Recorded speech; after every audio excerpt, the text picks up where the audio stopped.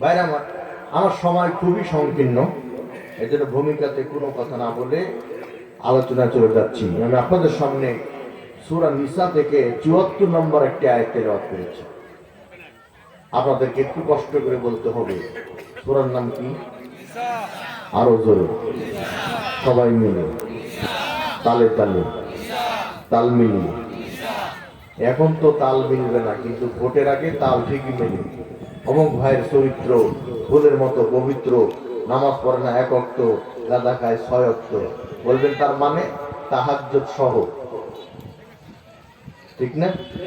অথচ কোন মানুষের চরিত্র ফুলের মতো পবিত্র এই সার্টিফিকেট, এই ফতোয়া দেওয়ার অধিকার আপনি রাখেন না। একমাত্র কেবলমাত্র ফুলের মতো চরিত্র যার, তিনি হলেন মুহাম্মদ সাল্লাল্লাহু আলাইহি ওয়াসাল্লাম।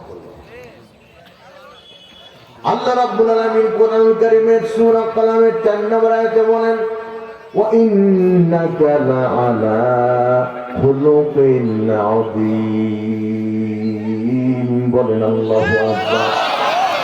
এর ২ হাত উঁচু করেন তো, টান টান করেন, মুট করেন, কারণ নাকে যেন না লাগে। লিল্লাহে তাকবীর, লিল্লাহে তাকবীর। আল কোরআনের আলম, কোরআন সুন্নাহ যেখানে, আলেম ওলামা যেখানে, আল্লাহ তৌফিক দান করুন।